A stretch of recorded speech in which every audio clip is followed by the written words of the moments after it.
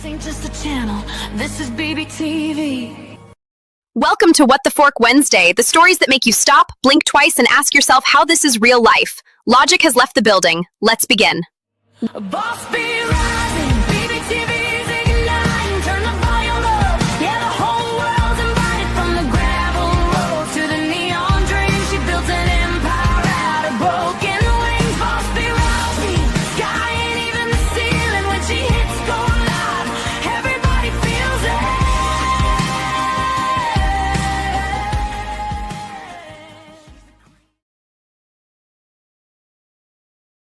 Hi there, how you doing? Welcome back. It's Ask a Bee. Welcome to the show, y'all. And buckle up because today we are not easing into anything gently. We are diving straight into messy and layered human drama that somehow manages to be equal parts ridiculous and painfully real. This is one of those episodes where you start reading a story and think, okay, this is mildly awkward. And then 5 sentences later, you're staring at the screen like, oh, we're doing this today. We've got Uber confrontations that turned into courtroom energy over 3 harmless words. We've got divorce dynamics that somehow involve drafting friends like fantasy football picks. And we've got a social group imploding under the weight of secrets, addiction, betrayal, and the audacity of people thinking they can assign other human beings like property. So, if you're here for calm and peaceful vibes, today may not be your day. But if you're here for sharp takes, boundary energy, pardon me, and calling out nonsense when we see it, you are exactly where you need to be. Because here's the thing. AITA, which stands for Am I the A-hole? Stories are rarely about the surface question. They're about power. They're about projection. They're about ego, loyalty, autonomy, and the weird ways people justify behavior that doesn't sit right. And what we do here is not just scream a-hole or not the a-hole. We use stinger and honey, of course, and then, move on. We unpack why. We look at the emotional charge. We look at the context. We look at the part nobody wants to admit out loud, and sometimes that means we defend somebody who overreacted but had a point underneath. Sometimes it means we lovingly tell someone that they brought a flamethrower to a candlelit situation. Okay? Either way, we're going to keep it honest. We're going to keep it sharp, and we're going to keep it real. So grab your coffee, your tea, your Dr. Pepper, emotional support, snack, whatever you need, because today's stories are not light, but they are juicy. And by the end of this episode, you're going to have opinions. We all do. Let's get into it. Let me load up this first segment because let me tell you, this one's a fun one. This one is a fun one. All righty. Here we go. Let me get myself set up right. You know I do that around here, right? And look, I even know how to move myself over. Isn't that so cool? Yeah. All right, here we go. Am I the a-hole for asking what the fork did you just say to my Uber pool driver after he said the female passenger who just got off was nice? Okay, so I think I'm the a-hole here, but I need confirmation. Was talking with a girl. She was in the back seat with me in the front. The conversation somehow came to men mistreating women and the patriarchy. So we had a discussion. Then she gets to her stop and then she gets out. And my Uber driver says in a polite tone, she was nice. Okay. I immediately misconstrued it as some kind of objectification. Oh, Lord, here we go. Not that I wanted to hear him make any comments about the woman anyway. Then I was like, wait, what the fork did you just say? Obviously, he didn't mean it that way, but I didn't want to hear his opinion on the woman. She's just a normal person. Let her be and allow her to exist as a person free of judgment. Her value and worth as a person is not at all based on others' thoughts or beliefs of her, especially mine or his. Okay. I've never had an Uber driver speak of other riders in any manner either, which is why it was so jarring. But obviously, it was mainly jarring because it came after such a discussion. I apologized, but the rest of the trip was quite awkward. Yes, my reaction was harsh, but really, I shouldn't have had such a sharp negative reaction. That's why I think I'm the a-hole here. But in my sentiment, correct, or is my sentiment correct or fitting at least? There's a lot to unpack here, isn't there? Listen, you did not get in that Uber as the supreme defender of womankind. But by the time that woman stepped out of the back seat, you were emotionally geared up like you were about to, I don't know, argue a case before the high court of patriarchy. And when the driver said she was nice, I mean, your brain did not process it as a neutral human statement. It processed it as a coded male evaluation. And that's because you had just spent the entire ride talking about men mistreating women. Okay? Power structures, systemic nonsense. And your nervous system was lit up, scanning language for subtext like you were analyzing a manifesto. So when he said the most beige, bland, socially harmless phrase in existence, you reacted to the context in your head, not the context that was actually came out of his mouth. She was nice. And in everyday driver language usually means she wasn't rude. Okay? Correct me if I'm wrong. She didn't slam the door. She didn't argue about the route. She didn't tank his rating. That's it. He didn't rate her body. He didn't compare her to other women. He didn't assign her value based on agreeableness. He didn't say she passed some invisible test. You filled in the blanks because you were already in debate mode. Come on. And here's the thing. Your underlying sentiment, that woman shouldn't exist under constant evaluation, is valid in theory, but you misapplied it to a situation that didn't actually contain evaluation. You escalated to what the fork did you just say? Over what was likely just awkward silence filler. Yikes, buddy. So that reaction wasn't about defending her autonomy. It was about you being primed and ready to find offense in a neutral comment, which, because the topic of the ride had you charged. You even admit he didn't mean it that way. That right there is your answer, okay? When you know someone didn't intend harm and the words themselves weren't harmful, but you still explode, that's projection meeting adrenaline. Okay, so yes, your reaction was harsh. Yes, it was disproportionate. Okay. No, you're not crazy for being sensitive to context, but you did swing at a pitch that wasn't coming for you. And the awkward ride afterward wasn't patriarchy collapsing. It was a confused Uber driver wondering how she was nice turned into a courtroom drama at 35 miles an hour. Now, don't worry. My opinion's not the only one I have. I did grab some comments. We're going to get those up here too, of course. So, we shall do comment number 1. You're the a-hole. Obviously, he didn't mean it that way, but I didn't want to hear his opinion on the woman. Yeah, let her be and allow her to exist as a person free of judgment. Yeah, I picked those up too. How about you let him be free of your judgment of him? Amen. And not that I wanted to hear him make any comments about the woman anyway. Yeah, that one kind of irked me a little bit too. You admit he didn't mean it the way he spoke, but you persisted in judging him anyway. I like this comment.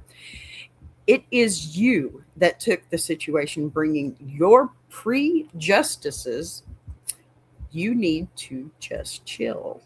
Okay, first of all, this commenter came in hot with the Uno reverse card, and honestly, I respect it because they basically said, ma'am, you cannot give a whole speech about women existing free of judgment while simultaneously judging a man for breathing in the wrong tone.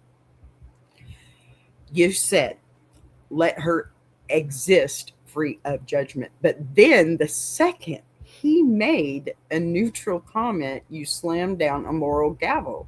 Like you were presiding over people versus Prius driver, right? That part, that stings. Okay. And they're right about this. You literally admitted he didn't mean it that way. That's the smoking gun here. If you know there was no ill intent and you chose escalation, that's not activism, that's projection with the side of adrenaline here. Now, I do love the chill out delivery because anytime that someone tells a woman to chill, I get hives. But underneath the tone, the substance is clear. You can't preach non judgment while actively assigning motives to someone who didn't express them. You filled in blanks that weren't there. That doesn't make you evil, it makes you emotionally primed. But yes, in this instance, you judged him harder than he judged anybody. And that irony, that's the whole point of this comment. Okay. Got another comment here. Alrighty, righty. Let's see here. You are the a-hole. What? It's a very common thing to say to oneself when meeting a person they enjoyed. I say that to companions when we go out to eat. I think I read that wrong. Sorry. And our waiter or waitress is exceedingly friendly. He was just talking to himself. I get you were primed due to TOT. I have no idea. To the subject of conversation. I don't know why that's messed up. So jumping to conclusions made sense, but goodness, you really jumped at him for what was an innocuous remark. I get what you wanted to do, but this was an extreme overreaction. Amen. You wouldn't react like this if someone just complimented a stranger. No, he was just remarking to himself that he enjoyed her company or that he believed she was a nice person. He didn't force anything on her. Obviously, he didn't mean it that way, but I didn't want to hear his opinion on the woman. You're the a-hole. You didn't even let him clarify. You assumed the worst of this man for no reason other than he said something that didn't even matter. Okay, buckle up because this commenter did not come to play. They came with the calm voice of reason and a wooden spoon to smack you upside the head with perspective, right? And honestly, they're not wrong. She was nice. Is something people say about waiters, cashiers, co-workers, literally anybody they had a pleasant interaction with. It is social static. It's human filler.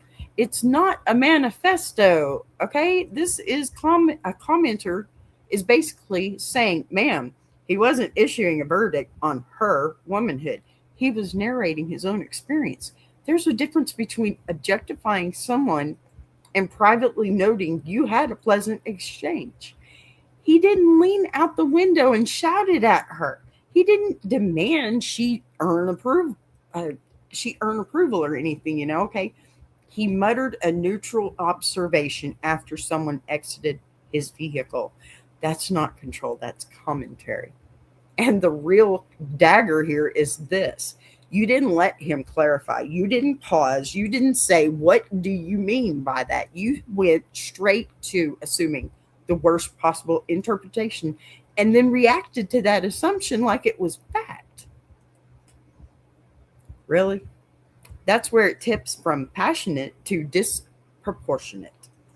And the commenter's last point is spicy but fair. If a woman had said she seemed nice, would you have gone full siren mode? Probably not. Which means the trigger wasn't the phrase, it was the speaker. And that right there, that's the uncomfortable part, don't you think? I do believe, I do believe. All right, we ain't done though. I just have to load it all up again. Pardon me. All right, next panel. Okie dokie. She was nice is not the kind of phrase people usually find offensive. Everything else you said was ridiculous because your reaction was so bizarrely over the top. The driver is also just a normal person. FFS4, no clue. The biggest problem in the world is people judging others as nice.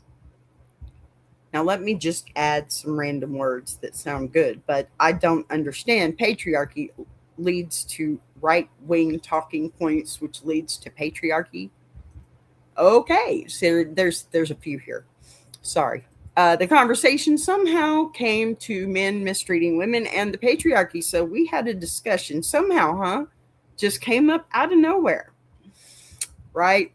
Okay, yes, that was 3 different ones, pardon me. But anyway, you get the point. All right, these 3 came in as a group chat and they said, we're done being polite. So let's unpack it with the same sass, but keep it grounded. Comment 3 is basically saying you built a philosophical skyscraper on top of 3 harmless words. And in the process, forgot that the driver is also as they so eloquently put it, just a normal person, which stings because it's true. You were defending one human's right to exist without judgment while momentarily forgetting the other human in the car also gets that courtesy. Comment 4 is, pure sarcasm, chaos, basically mocking the idea that she was nice. Could possibly be some gateway to systemic oppression, maybe. I don't know. And while the delivery is messy, the point underneath is this: not every neutral phrase is a breadcrumb trail to patriarchy, right? Sometimes language is just language. And then comment 5 with the little laughing emoji energy is calling out the somehow the conversation came to patriarchy line, like, ma'am, somehow. We all know that didn't just float in from the clouds. That topic probably had momentum, and that momentum carried into your reaction. Okay, taken together, these comments are saying you escalated a normal human moment into a symbolic battle that didn't actually exist. Are they a little snarky? Absolutely, but their through line is clear. Okay, the reaction was bigger than the stimulus, and when that happens, the issue usually isn't the words, it's the emotional charge you brought into the room. Okay, all right, one more here. You're the a-hole times 100. Your sentiment is not correct or fitting, and man, the post was exhausting to read. I have to agree with that one, but it's good, right? People say others are nice. It's the most harmless and inoffensive statement. You yourself said. He said it in a polite tone. You recognized politeness, but lashed out at him anyway. You were ridiculous. I mean, kind of have to agree on that one. Wu-Tang Crew. Yep, you know what? I like Wu-Tang. Alrighty, so I guess this one did not come to counsel you gently. Okay, this one came in with a folding chair and said, you are the a-hole times 100. And honestly, the exhaustion comment is telling, because that's what happens when somebody takes a tiny spark and turns it into a 5-alarm fire. True. The commenter is basically saying you acknowledged the tone was polite. You acknowledged he didn't mean harm, and you still chose to react. Like he'd deliver a manifesto.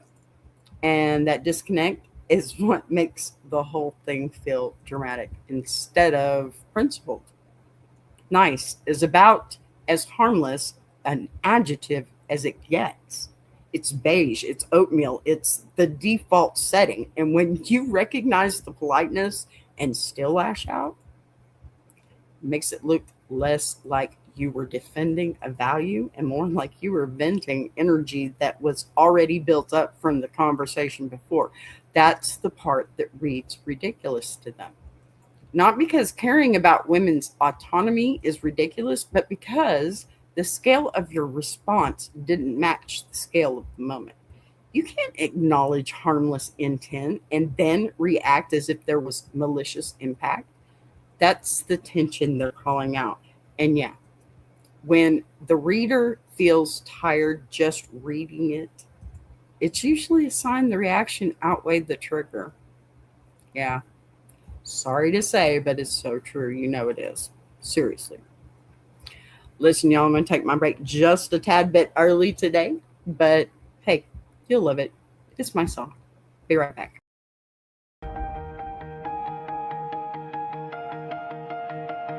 She came from the quiet storms, built a fire from the ground, turned a whisper to a warning. Now her voice shakes the town. Every setback was a lesson, every doubt became a key, unlocking something bigger. That's the rise of Boss B. When the lights go low, her vision hits high. She built a whole damn network off a promise and a try. Every sunrise, every moment, she's stacking legacy. This ain't just a channel, this is BBTV.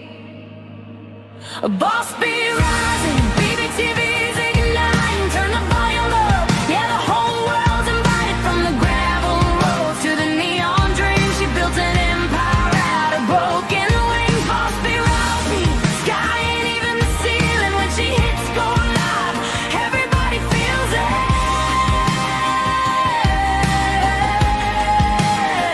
She's the queen of the comeback, the storm in the stream, crafting stories out of heartbeats, making visions out of dreams.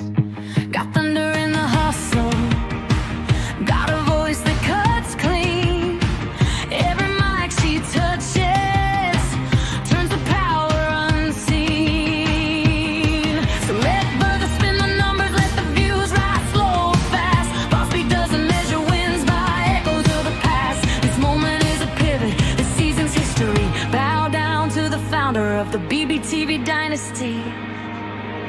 Boss B rising, BBTV's igniting. Turn the volume up, yeah, the whole world's invited. From the gravel roads to the neon dream, she built an empire out of broken wings. Boss B rising, sky ain't even the ceiling. When she hits go live, everybody feels it.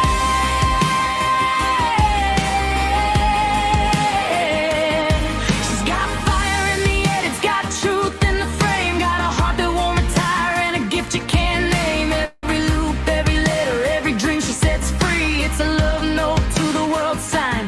Boss B. And the world keeps watching as the numbers climb, but she's counting all the moments, not the dollar signs. From the late night grind to the daylight scene, she's building something bigger than the algorithm's dream.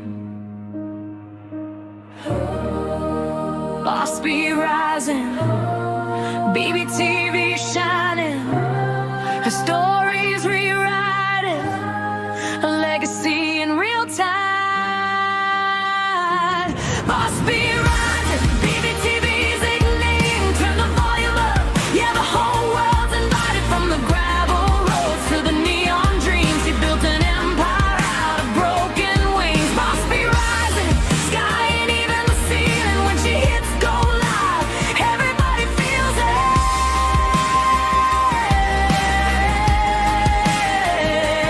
BBTV, where the stories breathe,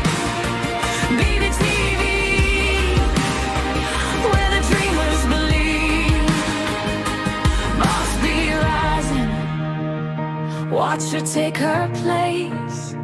This is BBTV. This is her grace.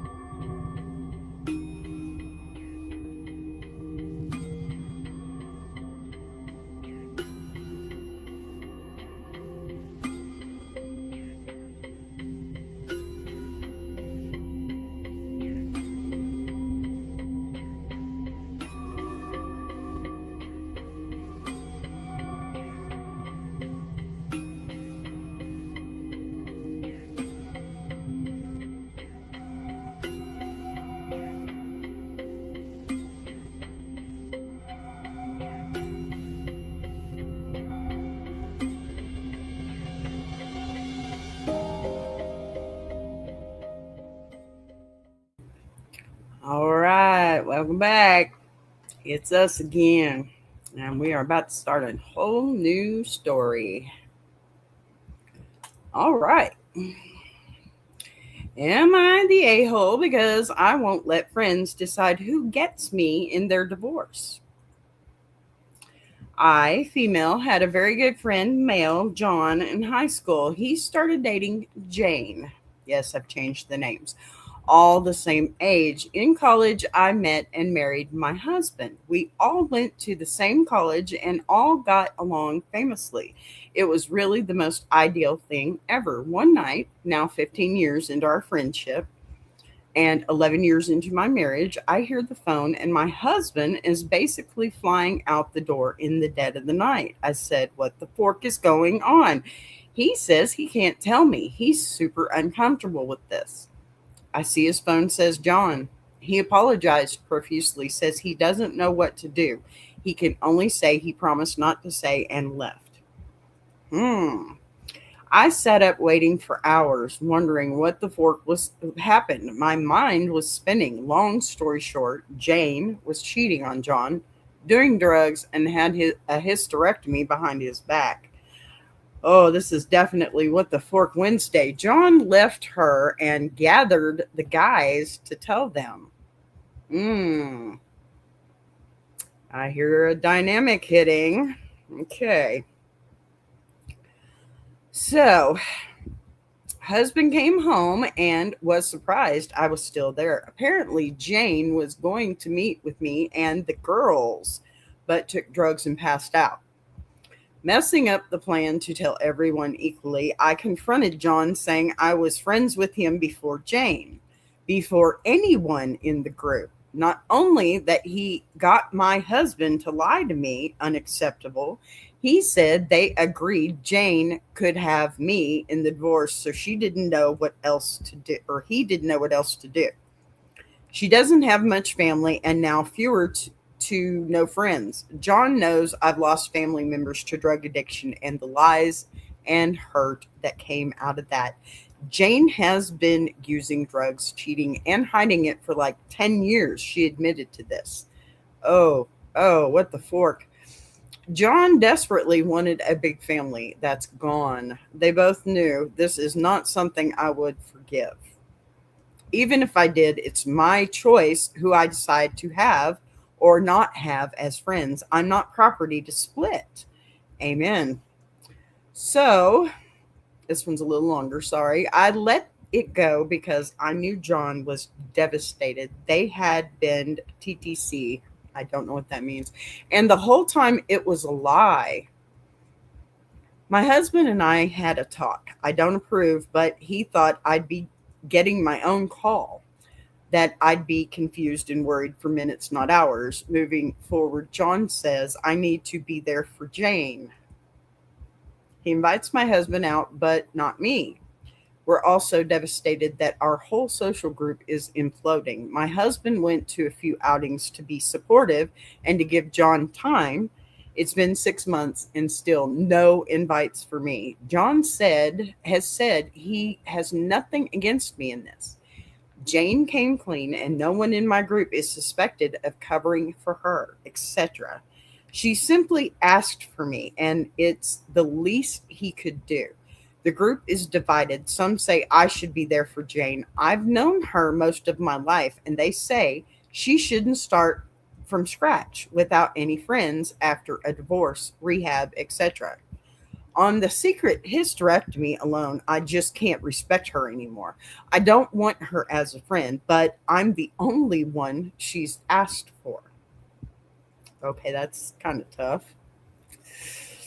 Yeah, okay. Wow, that's a lot. Okay, I'm sorry. I'm trying to load up again here. Hmm. Okay. So, uh, wow, let's get something a little straight right now first. You are not a casserole at a church potluck to be assigned to whichever table looks emotionally hungrier after a divorce. No, that's not what this is. You are a grown ass woman with autonomy, a husband, a spine, and a brain. The fact that this man who you were friends with before anybody else thought it was acceptable to let his ex-wife have you like you're part of marital assets is absolutely wild to me. That is not how friendships work, okay? That is custody court language. That is who gets the dog language, and you are not the dog. Now let's unpack the layers of mess we're here because there are several. First of all, your husband flying out the door in the middle of the night under a vow of secrecy. I would have been sitting upright in bed too. Like, what in the Dateline special is happening right now? You were left spinning for hours because the guys decided to orchestrate some secret reveal plan? Like they're running a group chat CIA operation? That alone is ridiculous. Wow. Hi, Big Tug sub to me. How are ya? Good to see you. Thanks for being here. Sorry, all I can see is at Big Tug sub to me, but whatever your name is, I'm happy for you to be here. Okay, so then to find out the secrecy was about protecting a coordinated social rollout, no, ma'am. That is not emergency level confidentiality. That is drama management. Okay. Now, here's the real issue John saying Jane could have you, the audacity, okay, the entitlement, the assumption that your loyalty is transferable property. That's the part that sticks with me. Because even if Jane is alone, even if she's spiraling, even if she asked for you specifically, that is still your choice. You're not morally obligated to absorb someone else's 10-year deception just because they picked you like last minute emotional life raft. And let's talk about that deception. 10 years of cheating, drug use, a secret hysterectomy while actively trying to conceive with a man who desperately wanted children. That's not a whoops, I messed up situation, okay? That's a sustained pattern of lying. You have personal trauma tied to addiction and betrayal. You're not required to override your boundaries to make other people feel less uncomfortable about the fallout.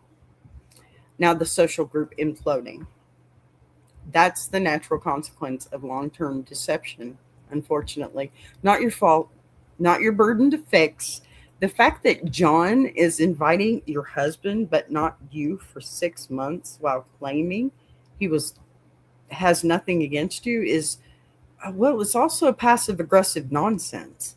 You cannot both say I have nothing against you and socially sideline someone because they won't accept being assigned in the divorce draft. No. The friends saying she shouldn't have to start from scratch. Starting from scratch is often what happens when someone burns down the house themselves. Sorry, not sorry. Divorce plus rehab plus accountability means rebuilding, even from the ground up. That's hard. It's lonely. That is not automatically solved by handing her the one friend she requested, like she filled out a preference card. You are not wrong for saying no. You're not wrong for feeling disrespected, and you're definitely absolutely correct that friendship is a choice, not a custody arrangement. The only thing I'd say gently is this: your anger towards John might be more about the secrecy and the social sidelining than Jane herself. Because the deeper wound here is betrayal of trust in your marriage and your long term friendship. But no, you are not the a hole for refusing to be assigned like furniture in someone else's divorce. Boundaries are not cruelty, they're clarity. Amen. All right, so there were some comments for this one, of course, and I'm not going to be lied about these. There's a couple of shorter ones. One's got a response from the original poster, and that's this one here. All righty, so first comment: anyone causing division between me and my spouse would be getting cut off. I do not care what their personal problem is. Do not bring that drama to my home and relationship. I would be cutting John and Jane off if they think this is an acceptable way to treat a person, let alone two people who are married couple, period. And the original poster's response: that's my husband's point of view too. I encouraged him to hang tight with John and see if he changed his mind when the initial shock of it wore off. Obviously, it's been 6 months and the holidays are coming. John keeps asking him what I'm getting Jane for Christmas. Forking nothing, that's what. Okay. The commenter is basically saying absolutely not. If someone is creating division between me and my spouse, they're out, period. And honestly, that's a very strong marriage first stance, and probably the same I'd take. Because once a third party starts orchestrating secrecy, loyalty test, or social maneuvering, that affects your home. That's when people get protective. The fact that your husband had to leave in the middle of the night under a vow of silence already but put strain in your house. And that alone makes this bigger than just who gets who in the divorce. But here's the nuance. Your husband's perspective makes sense because he sees the wedge forming and wants no part of it. Yet you chose to give John grace in the immediate aftermath because you knew he was devastated and not thinking clearly. That actually shows restraint on your part. You didn't go scorched earth. You told your husband to hang tight and see if John recalibrated once the shock settled. The problem is, 6 months later, we're not in shock anymore.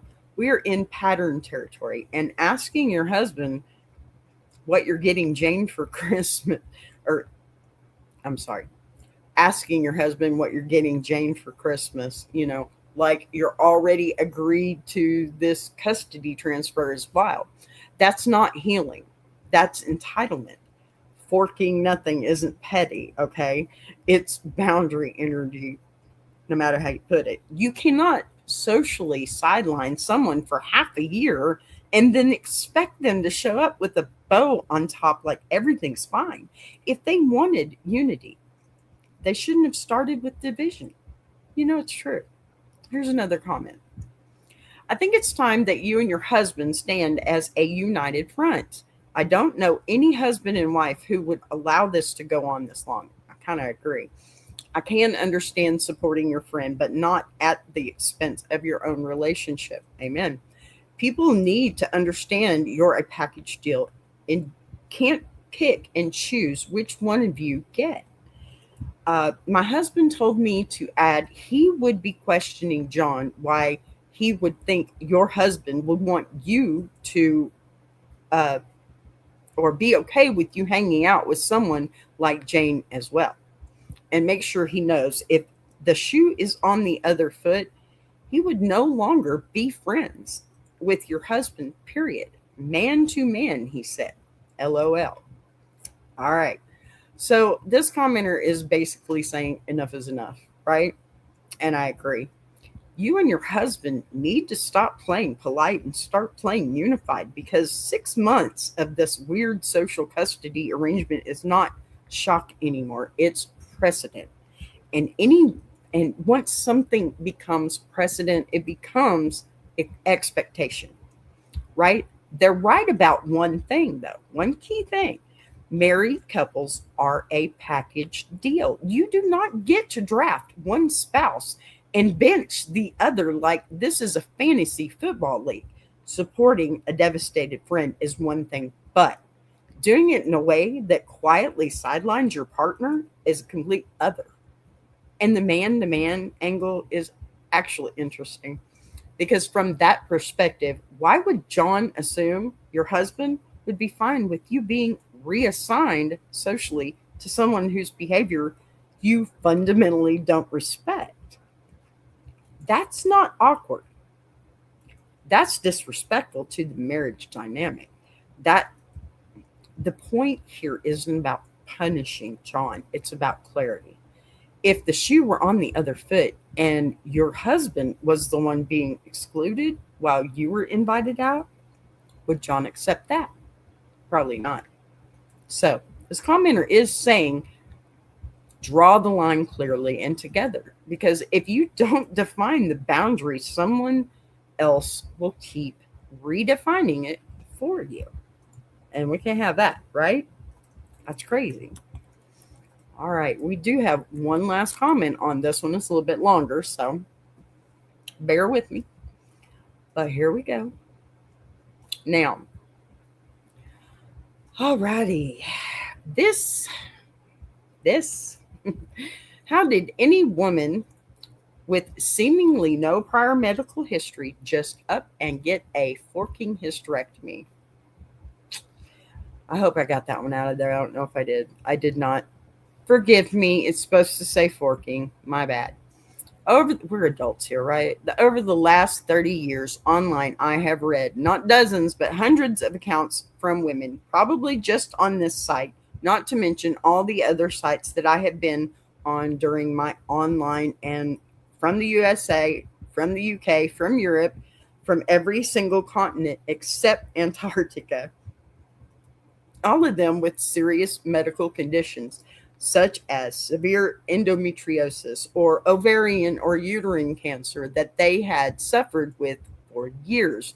And they'd either waited over 5 to 10 years for hysterectomy or just been one denied outright for just a mere tubal ligation.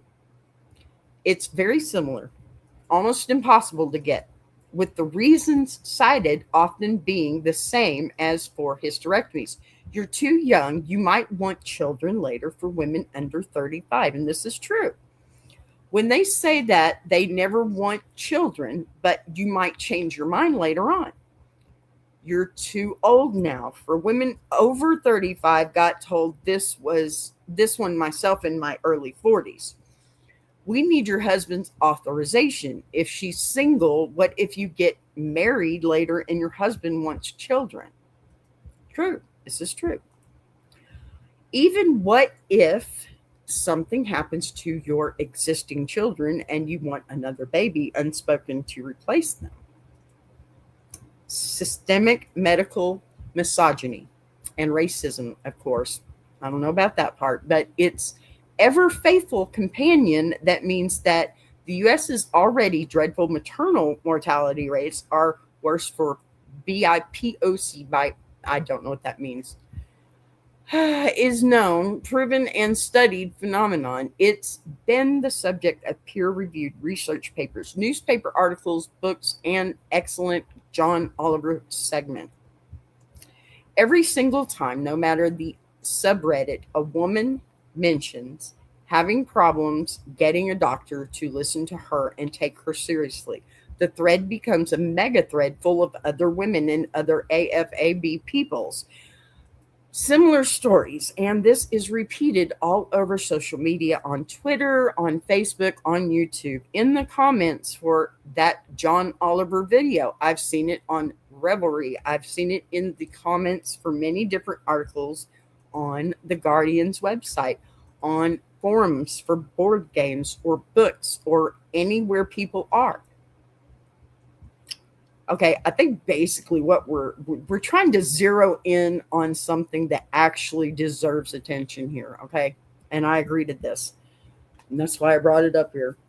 Um they're basically saying, hold up, the medical piece of this story doesn't add up in a vacuum. And they're not wrong.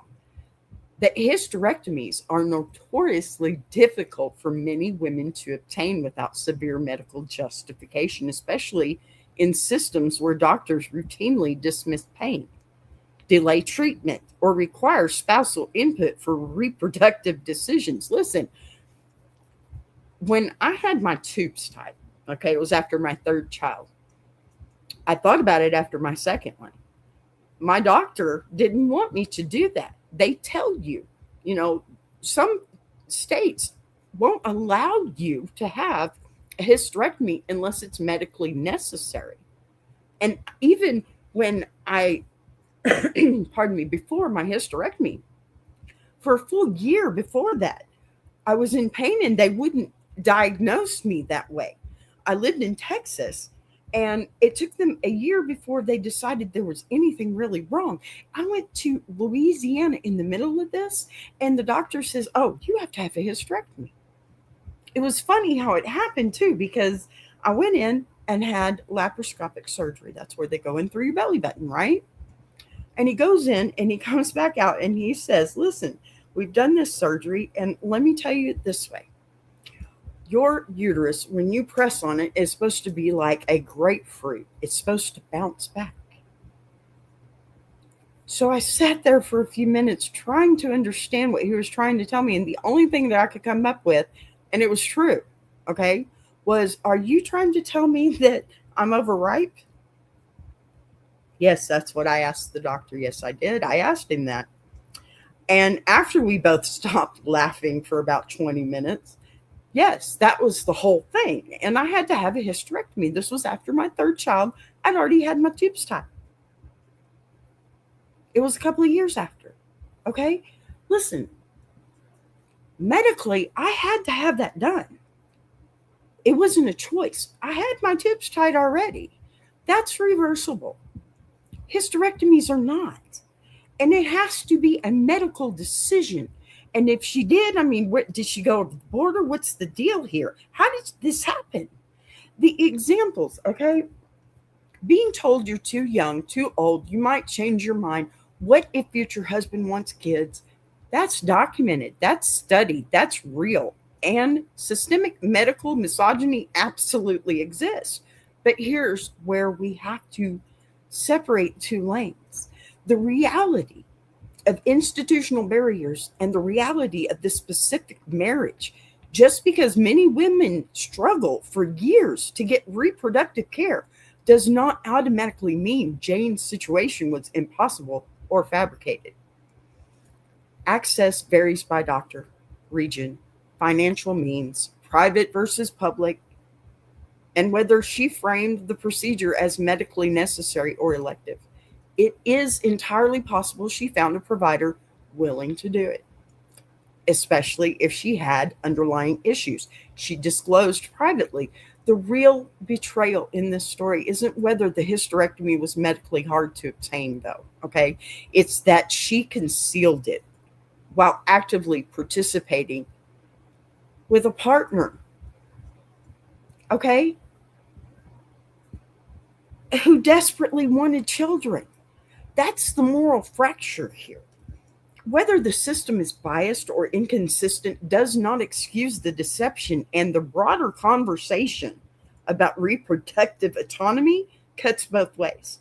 If women deserve full control over their bodies without spousal permission, which they do, that autonomy also includes the responsibility to be honest with a partner when shared life plans are involved.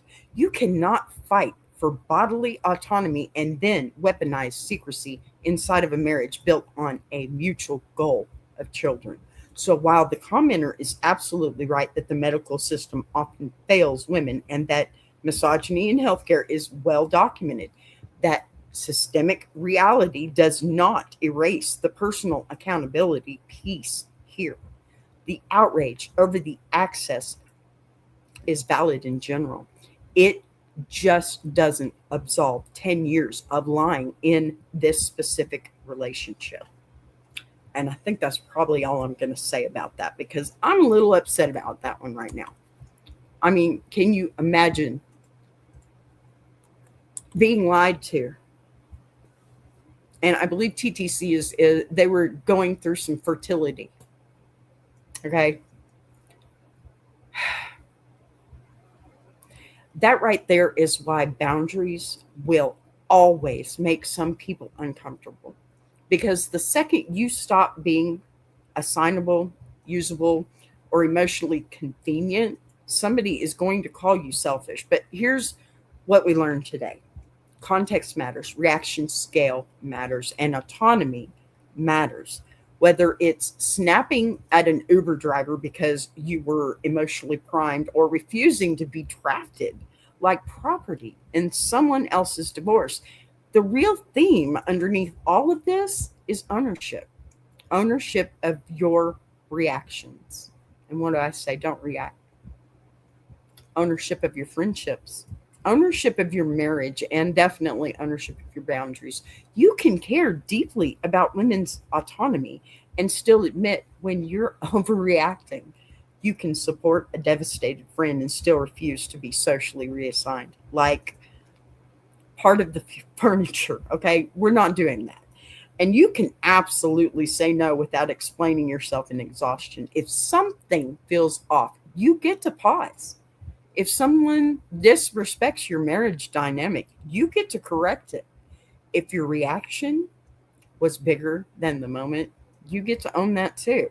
Growth is not about being perfect. It's about being honest. So if today's stories hit you somewhere personal, sit with that. If they made you laugh, good. I'm hoping that's what happened. If they made you uncomfortable, even better. That's where clarity lives. Thank you for being here. Thank you for thinking through the mess with me. And I will see you next time, tomorrow, in fact, except don't forget, there's going to be lots of chaos. It's Thankful Thursday. But don't forget also tonight, we have Growing Glow Academy again. Yes, we do. And I have made a special little video that I'm going to show you how to edit in YouTube. Okay? Y'all get over there tonight, 6 p.m. Central, 7 p.m.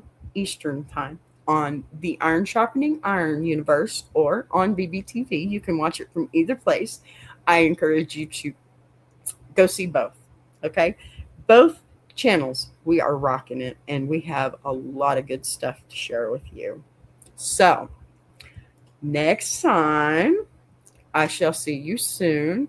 Don't forget, I got a little bit of promo going for you here, so don't take off on me. Y'all go watch this. Y'all go see Tuber Chat, because that's my buds over there. Word up. Tuber Chat. See you guys later. I'll buzz you later. I want to take a minute to shout out Tuber Chat. If you're a creator who's tired of surface level advice, and actually wants to understand how YouTube works, that's the space. It's real conversations with real creators who are in the trenches, building channels, testing ideas. No posturing, no gatekeeping, no fake guru energy, just people sharing what's working, what isn't, and why. If you're serious about growing, learning, and not doing this alone, check out Tuber Chat. The link is in the description. If you're enjoying this show, subscribing is the easiest way to support what's being built here on BBTV. You'll see the join button right next to subscribe. No pressure, no expectations, just an option for people who want to support the channel in a real way. We're live every day at 3 p.m. Central now. And don't worry, we didn't change the heat, just the clock. And if you've got a story you want to share, send it in. Anonymous is always fine. A boss be rising.